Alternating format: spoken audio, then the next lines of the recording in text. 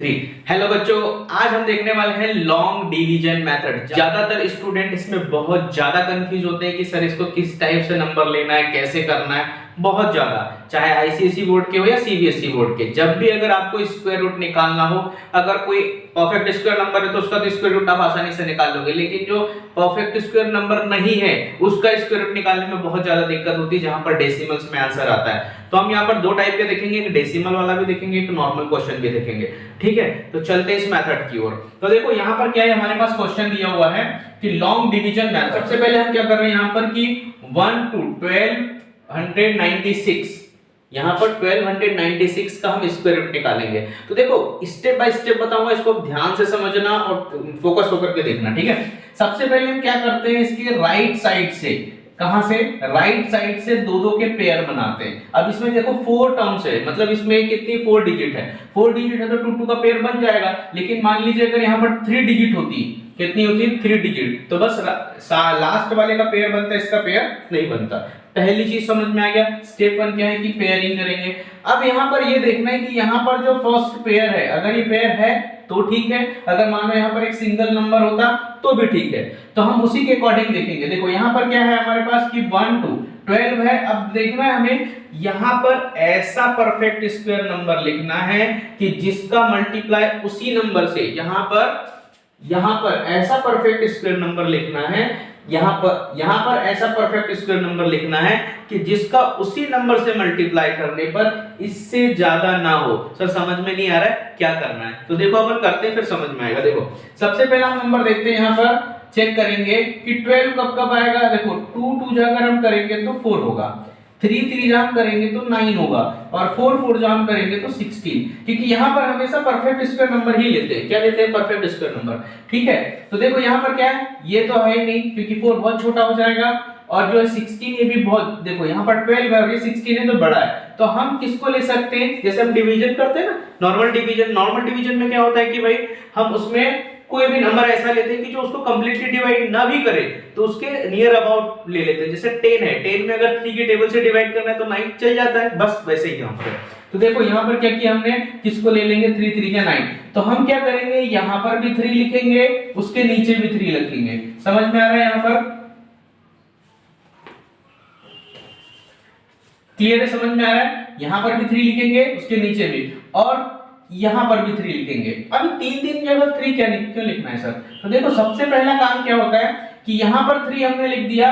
अब ये कह रहा है कि 3 का 3 से ही मल्टीप्लाई करेंगे तो हमारे पास कितना आ जाएगा, 9। मतलब यहां पर ऐसा होता है कि जो भी नंबर यहां लिखते हैं उसको 2 बार लिखते हैं, और इसी का मल्टीप्लाई करने पर जो आता है वो यहां लिखते हैं। समझ गए?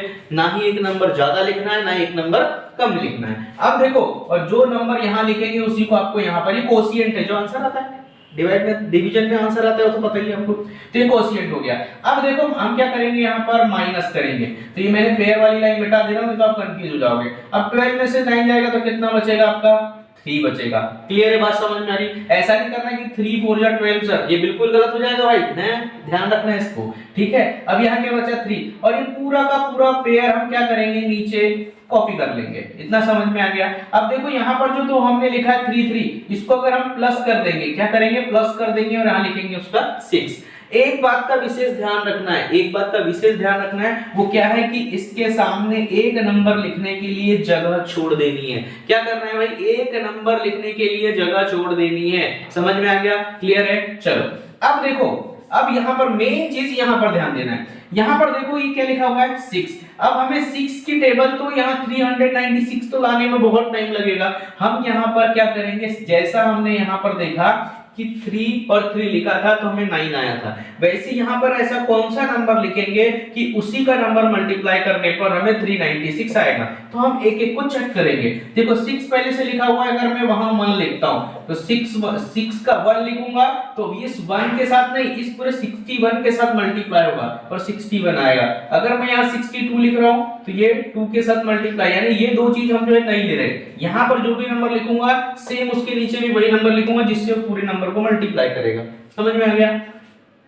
अब देखो 2 2 यहाँ पर कितना हो गया, 4, 2 6 जा कितना हो गया, 12, मतलब 124 हो रहा है। हम एक नंबर और चेक करते हैं। ठीक है, तो 3 3 जा 9, 3 6 जा 18, भाई यहाँ शॉर्ट ट्रिक का ध्यान नहीं देना है। देखो शॉर्ट ट्रिक जो होती है वो एमसीक्यूज या फिर कॉम्पिटिटिव के लिए ठीक है, लेकिन आपको लॉन्ग डिवीजन मेथड पता होना चाहिए। कई बार ये होता है कि ट्रिक भूल जाते हैं, एट द मोमेंट क्या होता है ट्रिक भूल जाते हैं। आप बोर्ड एग्जाम दे रहे हो और बोर्ड एग्जाम में अगर ट्रिक भूल गए तो खेल खत्म।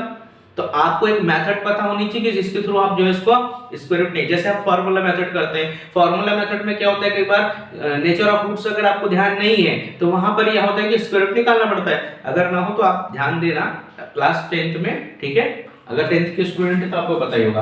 अब देखो क्या है 198। अब ऐसे ही हम क्या करेंगे यहाँ पर अब देखो मैं यहाँ शुरू से कर रहा हूँ, पर देखो मैं ये समझाने के लिए कर रहा हूँ। 61 इन 1 जा तो 61 आ रहा है, ये बहुत इससे कम है, पर यहाँ पे मैं इतना सारा इसलिए कर रहा हूँ कि आपको पता हो कि कैसे स्टेप बाय स्टेप्स करते हैं। आप डायरेक्टली भी अंदाज लगा सकते हैं कि यहाँ 61 हो रहा है, मतलब आपको देखो ट्रिक यहाँ पर एक चीज है बस काम करना है।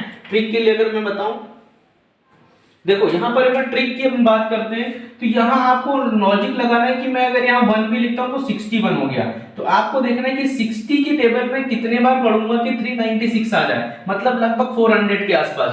तो आप ये समझो कि 6 की टेबल कितना 400 के आसपास, मतलब 40 के आसपास मान ले। 60 की टेबल 400, मतलब इसको अगर हम मिटा करके बोलोगे कि 6 की टेबल 40 आते था तो कितने बार जाएगा अंदाज, 6 जा तो चला जाएगा 36 होता है, तो 6 जा अगर हम करके देखते हैं यहाँ पर तो क्या आ जाएगा देख लेते हैं, ठीक है। तो 6 जा करके देखते हैं तो यहाँ पर भी 6 हो जाएगा और ये 6 हो जाएगा, तो 6 जा 36, कितना आ गया 3, 6 जा 36 और 3 39, यस हम जीत गए। देखो यहाँ पर क्या हो गया 396 आ गया परफेक्टली। कितने बार में आया 6 बार में। देखो आपको लॉजिक लगाना है भाई, आपको लॉजिक लगाना है कि कितने बार ये, आपको लॉजिक लगाना है कि कितने बार ये जा सकता है, समझ गए। लॉजिकली कि हम एक अंदाज लगाते हैं ना कि भाई 50 है तो 50 का अगर 300 में अगर हम टेबल पढ़ रहे हैं तो 6 टाइम्स जा रहा है, इस टाइप से। तो यहाँ पर देखो ये कंप्लीटली हो गया, मतलब यहाँ पर हम कितना लिखेंगे 6 लिखेंगे, यहाँ पर भी कितना लिखेंगे 6 प्लस कर देंगे 6 6 12 और 1 बचा तो ये 7, यहाँ फिर एक जगह छोड़ देंगे। लेकिन अब इसका कोई काम बचा नहीं क्योंकि यहाँ पर अब क्या आ गया आपका माइनस करने पर पूरा 0 आ गया, तो यहाँ पर भी हम क्या लिख देंगे 6। तो हमारा जो आंसर है वो क्या हो गया, ये आंसर हमारा क्या है यहाँ पर ये आ गया। समझ में आया कि नहीं आया, मतलब जो इसका कोशिएंट है यानी स्क्वायर रूट जो है 1296 का स्क्वायर रूट कितना आएगा 36 आएगा। समझ में आया कि नहीं आया, इसको इसी से ट्रिक बनती है, पर ये ट्रिक नहीं बताऊंगा अभी क्योंकि हम जो है वो बोर्ड एग्जाम्स की प्रिपरेशन कर रहे हैं और यहाँ पर फोकस करना है हमेशा मेथड पे, क्योंकि कई बार ये होता है कि ट्रिक और मेथड दोनों में डिफरेंस यही है कि ट्रिक आप जल्दी भूल जाएंगे लेकिन मेथड आपको पता रहेगी और आप मेथड के थ्रू निकाल सकते हैं। टाइम लगेगा लेकिन एक्यूरेसी आएगी क्योंकि हमें वहां मार्क्स चाहिए। क्लियर है, समझ में आ रहा है, समझदार हो यार। चलो तो ये समझ में आ गया कि इस क्वेश्चन में कोई डाउट हो तो कमेंट करके बता। अगर आपको ये क्वेश्चन प्रॉपर्ली समझ आ गया तो भी आप कमेंट करिए और चैनल पर नए तो सब्सक्राइब जरूर कर लेना, ताकि बहुत अभी जो क्लास 10 की सीरीज भी आने वाली है और साथ में ये है कि आपको बहुत सारी मेथड्स जो थोड़ा सा मैं डिटेल में करने की कोशिश करूंगा कि छोटा छोटा बेसिक भी आपको जो है समझ में आ जाए। अगर जो बेसिक छूट जाता है या फिर आपको लगता है कि सर यहाँ पर समझ में नहीं आ रहा है या थोड़ा सा जो भी अगर आपको लगता है तो उसको कमेंट करके जरूर बताना है, ठीक है, और अपने दोस्तों के साथ शेयर भी करना है। चलो इसी में अपन दूसरा देखते हैं, मैं डेसिमल वाला भी इसी के बाजू में कर दे रहा हूँ ताकि आपको जो है प्रॉपर्ली समझ में आ जाएगा, ठीक है।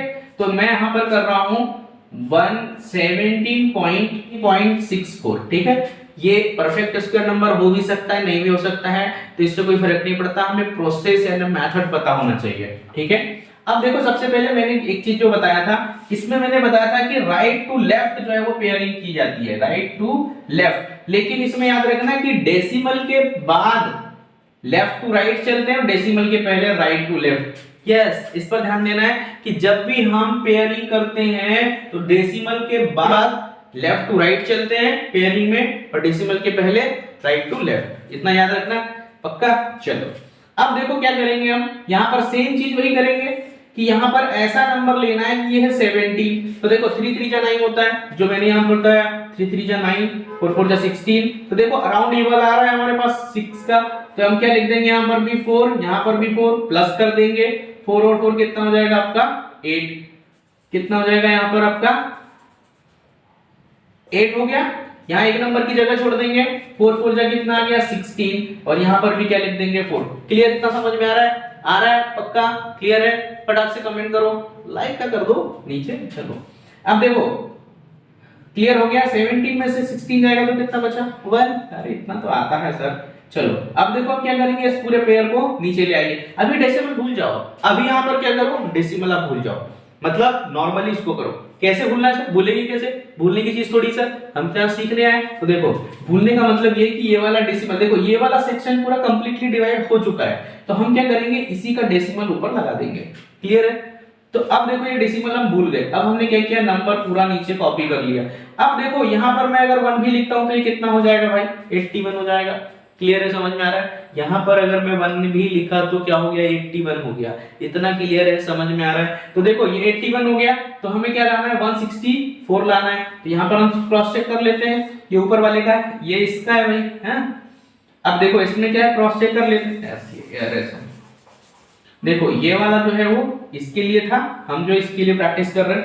81 इंटू 8 2 जा 16 कर सकते हैं, 2 करके देखते हैं अपन। 2 टाइम में 2 2 जा 4, 2 6 जा 2 2 जा 4, 2 8 जा 16।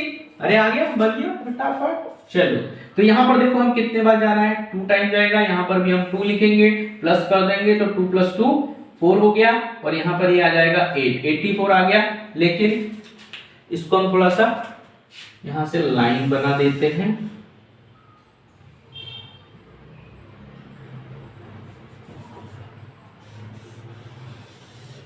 ये दूसरा वाला पार्ट है, ये तो कंफ्यूजन न होने लगे। तो ठीक है, यहाँ पर हमने क्या किया, ये क्लियर हो गया, 84 आ गया, और यहाँ माइनस करेंगे तो 0 0 मिला। अब देखो यहाँ पर 2 टाइम गया, मतलब हमारे पास जो फाइनल आंसर है वो क्या आएगा, 4.2। बताओ इसमें कोई डाउट आ रहा है क्या, क्लियर है, समझ में आ रहा है कि अगर हमारे पास देखो ये विदाउट डेसिमल हो गया, ये डेसिमल के साथ हो गया।